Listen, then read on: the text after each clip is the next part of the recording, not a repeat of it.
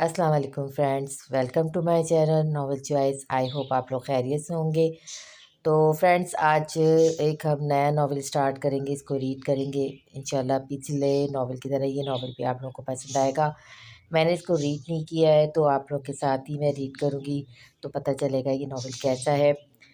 तो चलें, अब ज़्यादा देर नहीं करते हैं, बढ़ते हैं इस नावल की तरफ। लेकिन बढ़ने से पहले मेरी आप लोगों से मुद्बाना गुजारिश है कि अगर आप मेरे चैनल पर नए हैं तो प्लीज़ प्लीज़ मेरे चैनल को सब्सक्राइब, लाइक और शेयर ज़रूर करेगा। तो चलें, बढ़ते हैं इस नावल की पहली एपिसोड की तरफ। कराची में वाक़ नॉर्थ नासिराबाद के इलाके में अपर मिडल क्लास से ताल्लुक़ रखने वाले सईद साहब, जो कि एक खुश अखलाक और नेक सीरत के मालिक थे, अपनी फैमिली के हमरा एक अच्छी ज़िंदगी गुजार रहे थे। सईद साहब और फ़ातिमा हर हाल में अल्लाह के हमेशा शुक्रगुजार रहते थे। अल्लाह ने इन्हें 2 बच्चों से नवाजा था, जिनमें एक बेटा और एक बेटी थी। बड़ा बेटा फ़ाखिर सईद एक प्राइवेट कंपनी का मुलाजिम था, जिसकी शादी इसकी पसंद से इसकी क्लास फ़ेलो ईशा से हुई थी। अब इनकी एक बेटी थी जो कि 7 साल की थी, जिसका नाम रानिया था, और छोटी हानिया सईद, जिसकी शादी सईद साहब ने अपने दूर के रिश्तेदार से कर दी थी जब वो सिर्फ 20 साल की थी। रिश्ता मुनासिब था और फिर मिडिल क्लास में बेटियों को जल्द से जल्द रुखसत करने का भी रिवाज आम था। मगर महज 2 साल में ही हानिया एक तलाक याफ्ता के तौर पर बाप के घर वापस आ चुकी थी, और वजह शादी के 2 साल तक कोई औलाद का ना होना। सास के कहने पर शौहर ने इसे बात समझ कर सिर्फ 2 साल ही में ही इसे तलाक दे दी थी। जबकि हानिया बहुत मोहब्बत करने वाली, एहसास और अपने रिश्तों से मुखलिस थी, मगर इंसानों की छोटी सोच की भीड़ चढ़ गई थी। तलाक के बाद माँ-बाप और भाई का रवैया तो हानिया के साथ बिल्कुल नहीं बदला, मगर दुनिया काफ़ी हद तक इस पर तंग हो गई थी, जिसमें से सबसे बड़ा किरदार फ़ाखिर की बीवी ईशा ने निभाया था। जब तक हानिया की शादी नहीं हुई थी, ईशा हानिया के साथ बहुत अच्छे से रहती थी, मगर जब से हानिया इस घर में वापस आई थी, ईशा का रवैया हानिया के साथ बहुत बदल गया था। ईशा के रवैये के बारे में फ़ाखिर को कुछ भी इल्म नहीं था, क्योंकि वो तो जान देता था अपनी इकलौती लाडली बहन पर। अपनी कम उम्र बेटी के साथ लोगों का ये रवैया देखकर सही साहब टेंशन से थोड़े बीमार रहने लगे थे, और फ़ातिमा बेगम भी अपने शौहर और बेटी के लिए बहुत परेशान रहती थी। ईशा का रवैया सास-ससुर के साथ तो अच्छा था, मगर हानिया से वो बहुत बुरा सलूक रखती थी, और वजह ये थी कि लोगों ने ईशा को ये कहकर हानिया से दूर रहने का कहा था कि इसके ही परछावे की वजह से इसके यहाँ आने के बाद कोई औलाद ना हुई, जबकि इसे बेटे की बहुत ख्वाहिश थी। और हानिया खामोशी से जहाँ अपने माँ-बाप और भाई के साये में थोड़ा बहुत पुरसुकून थी, वहीं दुनिया के रवैये की वजह से और भी ज़्यादा कमको हो गई थी। आलम विला कराची के महंगे तरीन इलाके में अपनी पूरी शान और शौकत के साथ खड़ा था। इस घर में कुल 5 अफराद रहते थे। सबसे बड़ी साजदा बेगम थी, जिन्होंने अल्लाह ने जिन्हें अल्लाह ने एक बेटा दिया था, जिसका नाम उन्होंने शान आलम रखा था। शान आलम एक बहुत ही कामयाब और सुलझे हुए इंसान थे। उन्होंने अपनी ज़िंदगी जितनी कामयाबियाँ देखी थी, वो शायद कभी किसी ने ना देखी हो। मगर वो इतने ही इबादत गुज़ार और अल्लाह के शुक्रगुज़ार भी थे। शान आलम और उनकी ज़ौजा आलिया बेगम को अल्लाह ने एक बेटे और एक बेटी से नवाजा था। बड़ा बेटा वजाहत आलम और छोटी बेटी नीलम आलम थी। वजाहत आलम अपने नाम की तरह मर्दाना वजाहत का शिकार माना जाता था। अपनी खूबसूरती और चार्मिंग पर्सनैलिटी की वजह कई दिलों की धड़कनों का मालिक था, जबकि इसका दिल सिर्फ एक लड़की के लिए धड़कता था। वो तो इसकी बचपन की दोस्त नूर। नूर जितनी हँसी थी, इतनी ही मगरूर भी थी। वो अपने से कमतर लोगों को बिल्कुल भी पसंद नहीं करती थी। गुरूर और तकब्बुर इसकी हर अदा से झलकता था, मगर वो वजाहत से मोहब्बत करती थी। नूर के गुरूर और तकब्बुर के बावजूद शान आलम और आलिया बेगम ने खुशी से अपने बेटे की वजाहत की शादी नूर से करवा दी थी, क्योंकि वो जानते थे कि वजाहत और नूर बचपन से एक दूसरे को पसंद करते थे। मगर ये मोहब्बत चंद माह बाद ही दोनों के दरमियान कम से कम तर हो गई थी, जब शादी के 6 माह बाद अल्लाह ने वजाहत और नूर के यहाँ खुशखबरी दी। पूरे आलम विला में खुशियों की एक महक आ गई थी। सब बहुत खुश थे, सिवाय नूर के। वो अभी माँ नहीं बनना चाहती थी, मगर वजाहत की ज़िद के आगे वो खामोश थी। फिर कुछ महीनों बाद और नूर एक पार्टी से लेट नाइट वापस आ रहे थे कि किसी कार ने इनकी गाड़ी को ज़ोरदार तरीके से टक्कर मारी। दोनों ही बहुत ज़ख्मी हुए थे, मगर नूर इस दुनिया से रुखसत हो गई थी, और जाते-जाते वो अपनी परछाई अपनी बेटी वजाहत को दे गई थी, जिसका नाम आलिया बेगम ने हूर रखा था। नूर के जाने के बाद वजाहत ने खुद को काम में इतना उलझा लिया कि पता ही न चला कि कब वो अपने घर वालों और दुनिया से दूर होता चला गया। जिस मुस्कुराहट पर लड़कियां फिदा होती थी, वो मुस्कुराहट कहीं गुम ही हो गई थी। भाई आप इतना परेशान क्यों रहने लगे हैं? हानिया फ़ाखिर को टीवी लॉन्च में मौजूद बैठा देखकर वहीं इसके पास ही बैठ गए थे, क्योंकि फ़ाखिर हानिया को बहुत परेशान लगा। वो बार बार टीवी का चैनल चेंज कर रहा था, मगर देख कुछ नहीं रहा था। कुछ नहीं हानि, बस अपनी जॉब की वजह से बहुत परेशान हूँ। फ़ाखिर और हानिया एक दूसरे से बहुत अटैच थे। दोनों एक दूसरे से कभी कुछ नहीं छुपाते थे। कैसी परेशानी भाई? हानि 5 साल हो गए मुझे जॉब करते हुए। पोस्ट को बढ़ी इन 5 सालों में ना, पोस्ट ना बढ़ी इन 5 सालों में, मगर सैलरी बिल्कुल नहीं बढ़ी आज तक, और महंगाई भी दिन ब दिन बढ़ती जा रही है भाई। लेकिन आज से पहले तो आप कभी परेशान नहीं हुए। हानि ने फ़ाखिर से धीमे लहजे में कहा। हानि, ये साल का शुरू है और अभी से ही महंगाई इतनी गुना बढ़ गई है। हानिया के फ़ीस और पापा की मेडिसिन सबसे ज़रूरी है। घर का खर्च और ये सब तो फिर भी अल्लाह सब करवा ही रहा है। तो आप परेशान किस लिए भाई? हानि को समझ नहीं आता कि आखिर जो कभी अपनी आमदनी को लेकर परेशान नहीं हुआ था, बल्कि वो जितना भी कमाता था इसमें भी अल्लाह का शुक्र गुज़ार रहता था। हानि, मैं तुम्हें मास्टर करवाना चाहता हूँ, तुम्हें अपने पैरों पे खड़ा देखना चाहता हूँ, तुम्हें इस काबिल बनाना चाहता हूँ कि लोग तुम्हें धुतकारने से पहले 10 बार सोचें। मगर चाहकर भी अपने बजट से तुम्हारी पढ़ाई के अखराजात नहीं मैनेज कर पा रहा हूँ। आज पहली बार मुझे एहसास हो रहा है कि पैसा वाक़ई बहुत ज़रूरी होता है इंसान की ज़िंदगी में। भाई आप ये सब मामानी जान की बातों की वजह से सोच रहे हैं ना? हानि को अब समझ आया था कि वाक़ई आज इतना परेशान क्यों है। वो होती कौन है मेरी हानि के बारे में कुछ भी बोलने वाली? सुना था मैंने जब वो तुम्हारे लिए एक बूढ़े आदमी का रिश्ता लेकर आई थी, जो कि पोते-पोती और नवासा-नवासी वाला था। समझ क्या रखा है उन्होंने मेरी मासूम सी बहन का? क्या मेरे लिए कोई बोझ है? फ़ाखिर शदीद इश्तियाल में बोल रहा था। हानिया नम आँखों से बस अपने भाई को मान से देख रही थी। गुस्सा कम करें फ़ाखिर, बल्कि मुमानी जान ने ऐसा भी क्या कर दिया जिससे आप इतना गुस्सा कर रहे हैं? ईशा ने जब फ़ाखिर की गुस्से भरी आवाज़ सुनी तो वो भी टीवी लॉन्च में चली आई। अब भला एक तलाक याफ्ता, ऊपर से बाँझ लड़की से कौन शादी करता है भला? वो तो हानिया के लिए अच्छा ही सोच रही थी ना। फ़ाखिर और हानिया हैरत से ईशा को बोलता देख रहे थे, जो कि बहुत आम से अंदाज में फ़ाखिर से मुखातिब थी, पर नज़रें हानिया की तरफ ही गई हुई थी। दिमाग ठीक है तुम्हारा? कहाँ मेरी कम उम्र बहन और कहाँ वो 65 साल का बूढ़ा आदमी? फ़ाखिर अब बाकायदा ईशा पे चिल्ला रहा था, जबकि हानिया ईशा की बातें इससे ज़्यादा सुन ना पाई और उठकर वहाँ से चली गई। वजाहत आलम, किधर चले आप? साजिदा बेगम ने अपने पोते को मुखातिब किया, जो तो तेज़ी से घर के दाखिल दरवाजे की सेंध पड़ रहा था। दादू, मैं रोज़ इस वक्त ऑफिस जाता हूँ। वजाहत ने धीमे लहजे में अपनी दादू को जवाब दिया। बरखुदार ये वक्त नाश्ते का है और आप अभी इसी वक्त यहाँ आकर सबके साथ नाश्ता करो। साजिदा बेगम ने भी प्यार से अपने पोते को हुक्म दिया। दादू, आप जानती हैं मुझे नाश्ता करना नहीं पसंद, ये आदत मैं बहुत पहले ही छोड़ चुका हूँ।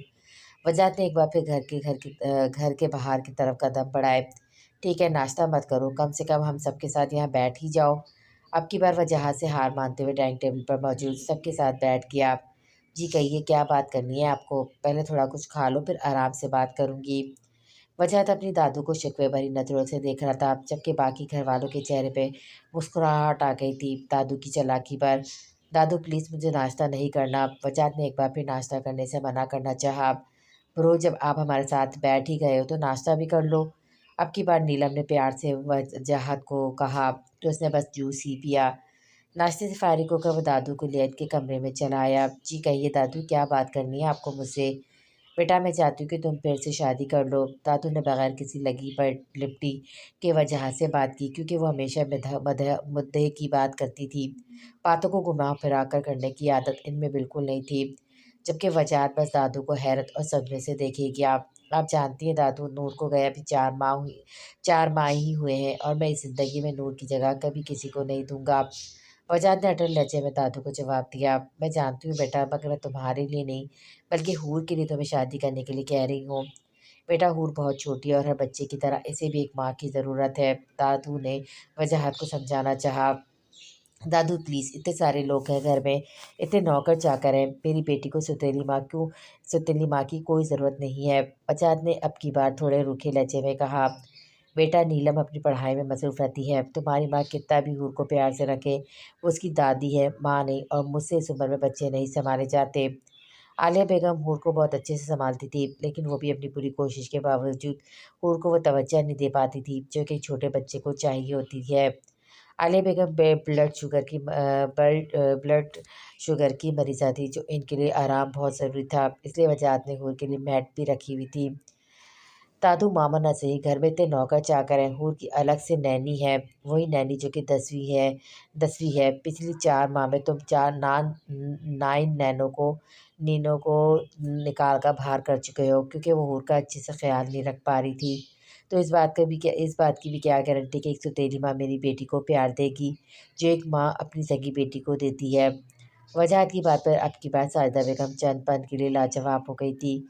मैं तुम्हारे खदशात बहुत अच्छे से समझ सकती हूँ बेटा, मगर इस दुनिया में अभी भी अच्छे लोग मौजूद हैं। दादू प्लीज़, आज के दौर में कोई किसी को अहमियत नहीं देता, बल्कि यह सब छोड़े।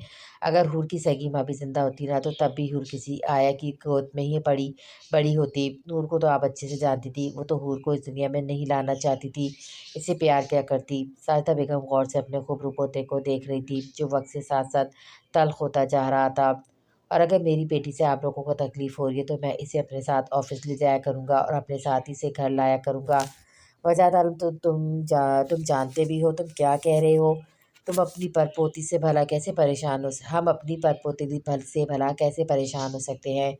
दादू ने भी अब की बार वजह से गुस्से से बात की। मैं कुछ नहीं जानता दादू, बस अब अपनी बेटी को अपने पास ही रखूँगा। वजह कहकर कमरे से निकलता चला गया और साजिदा बेगम अपना सर थाम वहीं बैठ गई। वो वजाहत को क्या समझाना चाहती थी और वो क्या समझ कर वहाँ से चला गया था। हानिया, तुम यहाँ क्या कर रही हो? ईशा ने गुस्से से हानिया को मुखातिब किया, जो किचन में खाना बनाने में मसरूफ़ थी। भाभी, मैं तो रात के लिए खाना बना रही हूँ। हानिया ने ईशा की बात का मतलब न समझते हुए आम से लहजे में जवाब दिया। तुम अच्छे से जानती हो कि आज तुम्हारे भाई घर पर है और उन्होंने तुम्हें यूँ किचन में देखा तो मुझ पर गुस्सा करेंगे। तुम तो चाहती ही यही हो ना कि मेरे और मेरे शौहर की हमेशा लड़ाई हो। ये आप क्या कह रही हैं भाभी? भला मैं क्यों ऐसा चाहूँगी? रहने दो बस, अच्छे से जानती हूँ मैं तुम्हें, अपना शौहर तो सँभाला नहीं तुमसे। अब मुझे भी तुम मेरे शौहर के साथ खुश नहीं देख सकती। भाभी, आप जिसके बारे में बोल रही हो मेरे भाई हैं, भला मैं अपने भाई को देखकर नाखुश कैसे हो सकती हूँ? रही बात मेरे शौहर की, तो मैंने हर मुमकिन कोशिश की थी अपने रिश्ते को निभाने की।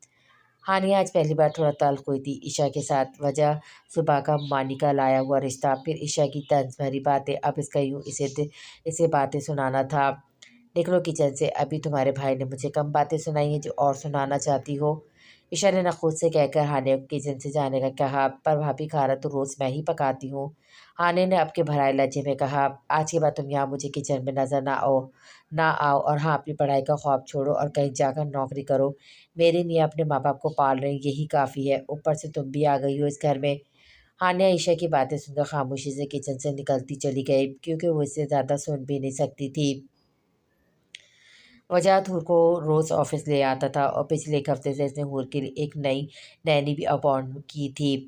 हूर एक प्री मेच्योर बच्ची थी, इसलिए कोई भी नैनी इसका ठीक से ध्यान नहीं रख पा रही थी। अब भला कोई नैनी एक माँ की जगह थोड़ी ले सकती थी।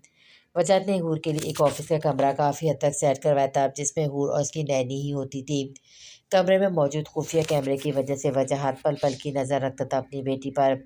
इसलिए इसने हूर की पिछली नैनी को निकाल कर बाहर किया था, क्योंकि वो समझी इसे यहाँ कोई नहीं देख रहा, तो इसने हूर की देखभाल में बहुत लापरवाही बरती। वजाहत का हूर को ऑफिस ले जाना घर वालों को बहुत बुरा लगा, ख़ासकर आलिया बेगम को। मगर साजिदा बेगम ने सबको कुछ भी कहने से मना किया था, क्योंकि शायद यही एक रास्ता था वजाहत को ये एहसास दिलाने का कि हूर बग़ैर माँ के कैसे रहेगी। आज मुसलसल 1 हफ़्ता हो गया था वजाहत को हूर के लिए ऑफिस जाने का। वो काफ़ी परेशान रहता था हूर को लेकर, मगर घर में किसी को कुछ नहीं कहता था। बाबा, मैं सोच रही हूँ कहीं जॉब कर लूँ। हानिया ने झिझकते हुए सही साहब से बात की। क्यों मेरी जान, तुम्हें क्या ज़रूरत है नौकरी की? बाबा, मैं पूरा दिन घर में बोर हो जाती हूँ। घर के काम काज भी इतने नहीं होते हैं और घर से बाहर निकलूँगी मेरा दिमाग दुनिया की बातों से थोड़ा दूर भी रहेगा। और वैसे भी बाबा भाई आखिर कब तक हमारी ज़िम्मेदारी संभालेंगे? आखिर को अब इनकी भी तो एक फैमिली है और मैं भी तो आप ही की औलाद हूँ। मेरा भी तो फ़र्ज़ बनता है ना कि मैं भी अपने माँ बाप के लिए कुछ करूँ। लेकिन बेटा, तुम ना समझो, तुम इस दुनिया के बारे में कुछ नहीं मालूम, कैसे-कैसे लोग हैं इस दुनिया में, तुम नहीं जानती। अब की बार हानिया की अम्मी बोली, अम्मी मैं बाहर जाऊँगी तो दुनिया से कैसे जाऊँगी तो ही दुनिया से कैसे डील करना करना है सीख पाऊँगी। आखिर आखिर कब तक आप लोग मुझे ऐसे दुनिया वालों से छुपा कर रखेंगे? हानिया जो सही साहब को समझाना चाहती थी वो अच्छी तरह समझ रहे थे। ठीक है बेटा मैं आज ही फ़ाख़िर से बात करता हूँ। हानिया खामोशी से सर बात में लाकर वहाँ से चली गई। आप ऐसा कैसे कह सकते हैं? हानि जॉब करेगी, बेगम इसमें गलती क्या है? और ये भी तो सच है ना, आखिर कब तक हम अपनी बेटी को दुनिया की नज़रों से बचा कर रखेंगे? हमारी आँखें मीच जाने के बाद भी तो इसे दुनिया का अकेला ही सामना करना है। और ईशा को तो तुम जानती हो, फ़ाखिर कितना ही अपनी बहन बहन पर जान छिड़के, ईशा कभी हानिया को बर्दाश्त नहीं करेगी। तो इस वक़्त से बेहतर है हानि अभी से ही दुनियादारी सीखे, कम से कम अभी हम इसे अच्छे-बुरे के बारे में बता तो सकेंगे ना। ठीक है, जैसा आपको बेहतर लगे। सईद साहब की बात से माँ फ़ातिमा भी मुत्तफ़िक थी। फिर सईद साहब ने बहुत मुश्किल से फ़ाख़िर को राज़ी किया हानिया की जॉब के लिए। पहले तो फ़ाख़िर बिल्कुल भी राज़ी नहीं था हानिया की जॉब के लिए, मगर फिर सईद साहब ने इसे प्यार से समझाया और मुस्तक़बिल के बारे में हानिया के लिए क्या बेहतरी है ये भी समझाया तो बिलाख़िर फ़ाख़िर मान ही गया। हानिया शुरू से पढ़ाई में बहुत तेज़ थी, मगर वो लोगों से बहुत कम ही घुल-मिल पाती थी। यही वजह थी कि इसने कभी कोई दोस्त नहीं बनाई थी। पहले स्कूल और फिर कॉलेज हानिया फ़ाख़िर के साथ जाती और छुट्टी के बाद सईद साहब के साथ ही वापस घर आ जाती।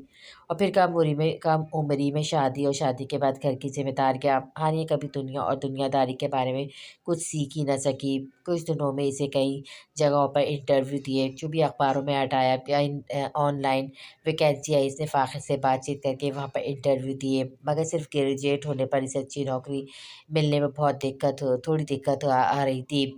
और जो नौकरी से मिली थी वो फ़ाख़िर को पसंद नहीं आ रही थी। अब कल भी इसका एक इंटरव्यू था, आज वो थकी आ रही। जब घर में आई तो देखा कि किचन का काम ना होने के बराबर था। अपना बैग कमरे में रखकर हानिया किचन में और एक बार फिर काम में लग गई। बेटा तुम कब आई? फ़ातिमा ने हानिया को किचन में मसरूफ़ देखा तो बोली, अम्मी बस आधा घंटा हो गया है। घर आई तो देखा किचन फैला पड़ा है और भाभी सो रही हैं। अब वक़्त पर खाना नहीं बना तो बाबा खाना देर से खाएँगे और फिर दवा में भी देरी हो जाएगी, इसलिए खाना पका रही हूँ। बेटा तुम हटो मैं कर देती हूँ, तुम पहले ही सुबह से पता नहीं कहाँ-कहाँ धक्के खाती रही होगी। फ़ातिमा ने अपनी बेटी का उतरा चेहरा देखकर कहा, अम्मी मैं इतना थकी नहीं हूँ जितना हैरान हूँ। क्या मतलब? अम्मी हमारे माशरे में औरतों को कैसी नज़रों से देखते हैं ना, जब वो नौकरी के लिए घर से निकलती है। आने ने मसूफ़ से अंदाज़ में कहा, बेटा किसी ने तुम्हें कुछ कहा है क्या? ये फिर रास्ते में तो किसी ने तंग नहीं किया? फ़ातिमा को हानिया की फ़िक्र होने लगी। नहीं अम्मी हुआ कुछ नहीं, ना ही किसी ने कुछ कहा।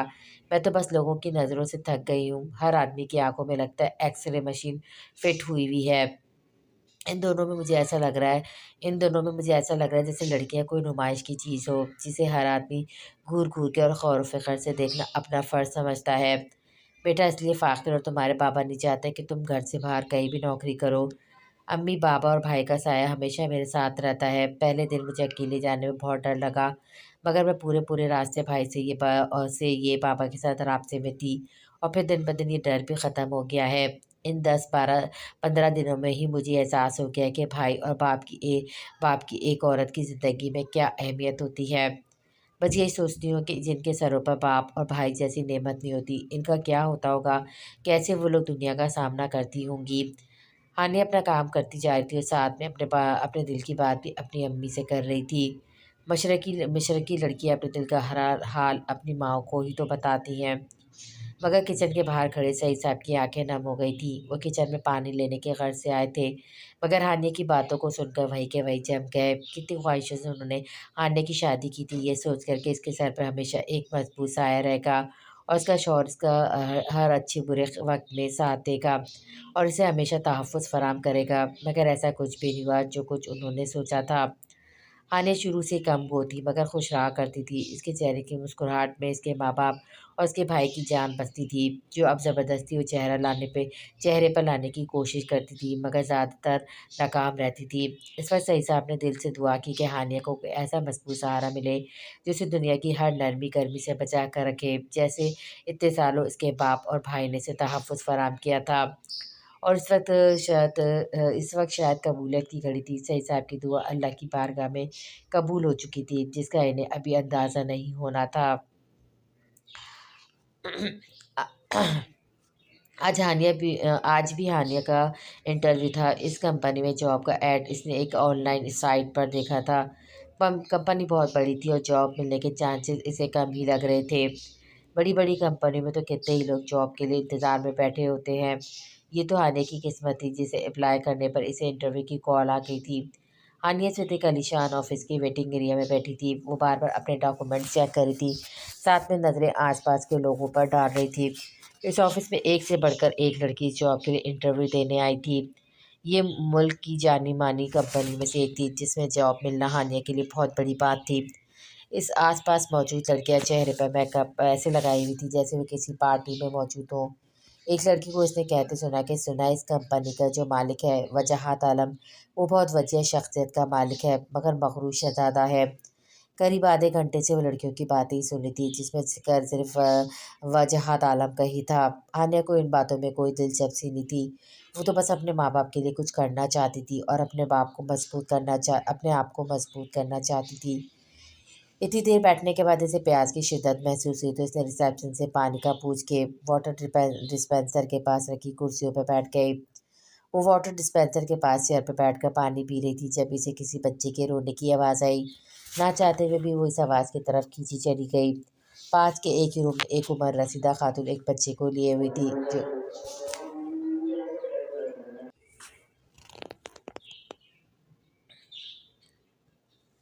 पास के एक रूम में एक उम्र रसीदा खातून एक बच्चे को लिए हुई थी जो कि मुसलसल रो रहा था। हानिया ने इस औरत से बच्चे के रोने की वजह पूछी तो उन्होंने कहा कि पता नहीं क्यों रो रहा है, आपका बच्चा है और आपको मालूम ही नहीं है। हानिया को हैरत हुई। नहीं बीबी, ये मेरा बच्चा नहीं है, मैं इसकी आया हूँ। थोड़े दिन हुए हैं मुझे इस बच्ची की आया बने हुए। हानिया से जब रहा नहीं गया तो उसने बच्चे के इनके हाथ से लेकर अपनी गोद में लिया और दोनों बाजू से ऐसे पकड़ा जिससे बच्चे के हाथ पैर दब गए और वो चंद ही पल में खामोश हो गया। हानिया ने इसे गले से लगाकर आंखें मूंद ली। ढेर सुकून ने इसे आँख घेरा। एक बच्चे की कमी नहीं तो इसकी ज़ात को तोड़ दिया था, साथ में इसके रिश्ते को भी। हानिया ने सोचा ये कैसा इंसाफ है। मैं एक बच्चे के लिए तड़पी और अल्लाह ने जिसे औलाद की नेमत से नवाजा है इसने अपनी औलाद आया की गोद में डाली हुई है। काफ़ी देर तक हानिया इस बच्ची को गोद में लिए हुई थी जो कि रानिया कई साल तक हानिया के पास ही पली थी तो हानिया को बच्चों का रख रखाव अच्छे से आता था। ईशा को तो कभी अपनी बच्ची की फ़िक्र ही नहीं हुई थी। जब वो बच्ची सो गई तो हानिया ने इसे शॉल में अच्छे से लपेट कर इस औरत को दिया। ठंड का मौसम है इसलिए थोड़ी एहतियात करनी पड़ती है, बच्चों की हड्डियाँ कमज़ोर होती हैं, आप मालिश किया करें इनकी। हानिया ऐसे बोलती थी जैसे 5-4 बच्चों की माँ हो। इस औरत ने इस लड़की का शुक्रिया अदा किया जो महज 22 या 23 साल की होगी मगर अपनी उम्र से कई बड़ी बातें कर रही थी। कमरे में मौजूद सीसीटीवी की मदद से वजाहत आलम की नज़र स्क्रीन पर इसे बहुत ध्यान से देख रही थी और अब इसके जहन में इसकी दादू की बातें गूंजी गूंजी इस दुनिया में अच्छे लोग भी मौजूद हैं और कोई हो सकती है जो कि हूर को एक माँ से बढ़कर प्यार करेगी। फिर चंद पल में ही वजाहत आलम ने फैसला किया अपनी बेटी के मुस्तकबिल का, बगैर ये सोचे कि इस फैसले में किसी और की भी ज़िंदगी जुड़ी है। वेटिंग एरिया वापस आकर भी तकरीबन 10 मिनट बाद इसे ऑफिस में बुलाया गया।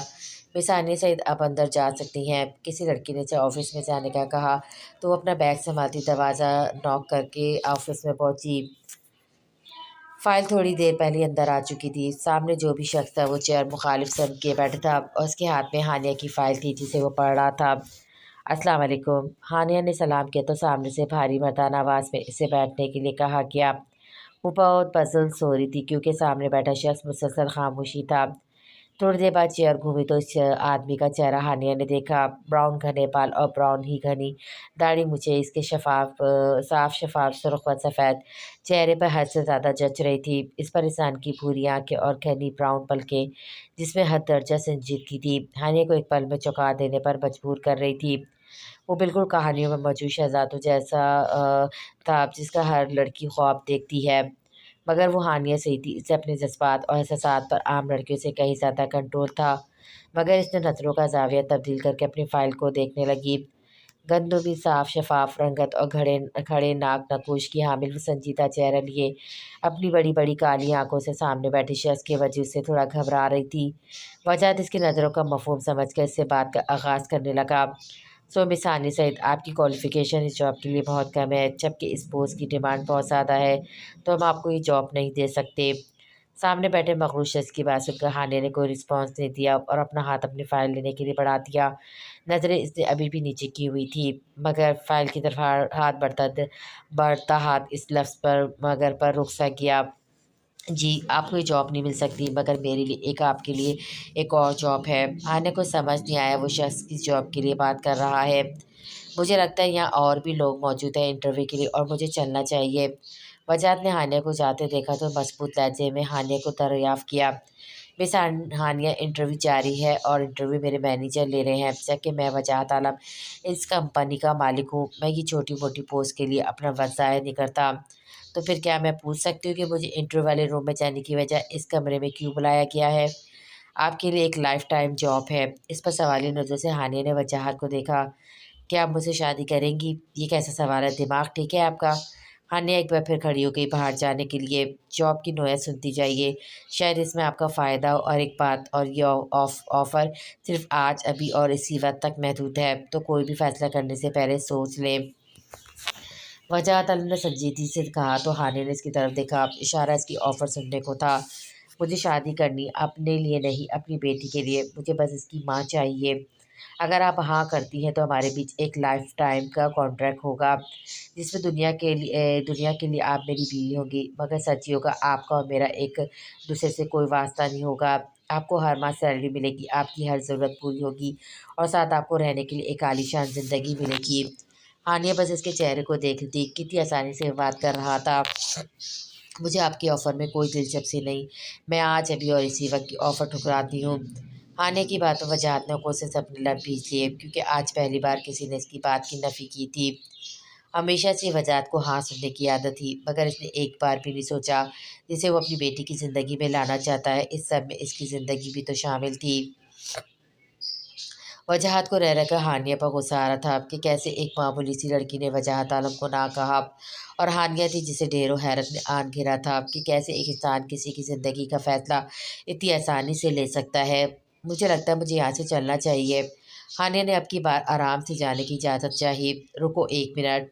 वजाहत ने एक बार फिर इसे रोकने के लिए कहा। देखिए, आप जो चाहते हैं मैं वो नहीं कर सकती। हानिया ने मजबूत और अटल लहजे में कहा। वजाहत ने हानिया को जवाब देने के बजाय इंटरकॉम पर किसी को कॉल किया, उसे बुलाया था। अगले मिनट में ही एक औरत एक छोटी बच्ची को लिए ऑफिस के रूम में दाखिल हुई। वजाहत ने अपने आप को बहुत ज़्यादा कंट्रोल कर रखा था। शायद आज ज़िंदगी में पहली बार वो किसी को कन्विंस करने की कोशिश कर रहा था, और ये बात वजाहत आलम की अना को ठेस पहुँचा रही थी। मगर इस वक्त जो हानिया के सामने बैठा वो वजाहत आलम नहीं, बल्कि हूर का बाप था, जो ये समझ चुका था कि इसके दादू इसे क्या समझाना चाह रही थी, कि वाकई हूर एक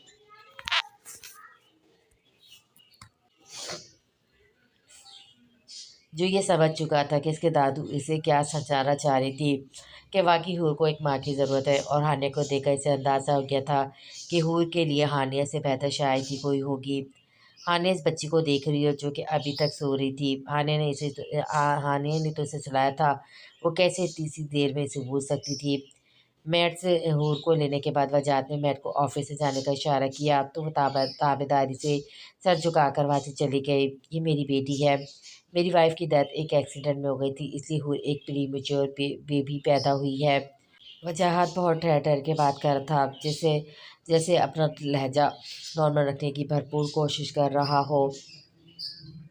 मेरी दादी चाहती हैं कि हूर को एक माँ का प्यार मिले, मगर मैं किसी से भी शादी नहीं करना चाहता, इसलिए आपसे शादी का कॉन्ट्रैक्ट करना चाहता हूँ। आपसे आप हूर की माँ कहलाएंगी और मेरी ज़िंदगी में कोई दखल अंदाजी भी नहीं करेगी। खाने का दिल तो इस बच्ची को देखकर ही पिघल गया था, और अब इसकी माँ की दर्द का सुनकर वो और ज़्यादा मोहब्बत से हूर को देख रही थी। देखिए सर, मैं समझ सकती हूँ आपके ख़दशात, मगर शादी का कॉन्ट्रैक्ट मैं नहीं कर सकती। अगर आप चाहते हैं तो मैं ज़िंदगी भर आपकी बेटी की देखभाल के लिए राज़ी हूँ, मगर शादी जैसी झंझट में मैं नहीं पड़ना चाहती। हानिया ने एक बार फिर अपना लहजा मजबूत करके कहा। शादी की दो वजह हैं। ये कि अगर मैंने आपसे शादी नहीं की तो अभी ना सही, कुछ टाइम के बाद मेरे घर वाले मेरे पीछे पड़ जाएंगे, जबकि आपसे शादी करके मेरे साथ शादीशुदा का टैग भी लग जाएगा। और दूसरी वजह ये कि मैं आपको बगैर किसी रिश्ते के अपने घर में नहीं रह सकता, क्योंकि फिर अभी ना सही कभी ना कभी आपके घर वाले आपकी शादी करवा देंगे, और अगर मेरी बेटी आपसे मानूस हो गई तो वो आपके बगैर नहीं रह पाएगी। और अगर मैं आपको इस बात का यकीन दिलाऊं, मेरी कभी शादी नहीं करेगा, तो आलिया ने अपनी तरफ से वजाहत दी, क्योंकि वो हूर के साथ रहना चाहती थी। मगर वजहत से शादी वो कर नहीं सकती थी। आलिया की मुसलसल नफ़ी वजहत को तैश दिला रही थी, मगर वो फिर भी खुद पर जब्त किए हुए था। आज नहीं कल कोई तो आपकी ज़िंदगी में आएगा ना। आप शक्ल व सूरत की भी अच्छी हो, ये मुमकिन है कि कोई भी आपको अपना हमसफ़र बनाना चाहेगा, और इस सब में मेरी बेटी का क्या होगा। देखिए मिस्टर वजाहत आलम, मैं आपकी बेटी की जिम्मेदारी संभालने के लिए तैयार हूँ, मगर आप जो चाहते हैं वो कभी नहीं हो सकता। आने दरवाजे तक गई तो फिर मुड़कर एक बार फिर वजाहत को मुखातिब किया। क्या आप जानते हैं, आप एक इंतहाई खुदसर इंसान हैं, सिर्फ अपनी बेटी के बारे में सोच रहे हैं। अगर आप अपनी बेटी के साथ साथ किसी और की बेटी के बारे में 1% सोचेंगे ना, तो कभी भी किसी से भी किसी का इस कॉन्ट्रैक्ट के बारे में बात नहीं करेंगे। ये बोल के हाली एक नज़र प्यारी सी बच्ची पर डाल के चली गई, और वजाहत ने इंटरकॉम के जरिए मैट को बुलाकर हूर को इसके हवाले किया, क्योंकि अपने गुस्से को बेकाबू होता देखकर वो हूर को किसी किस्म का नुकसान न पहुंचा दे।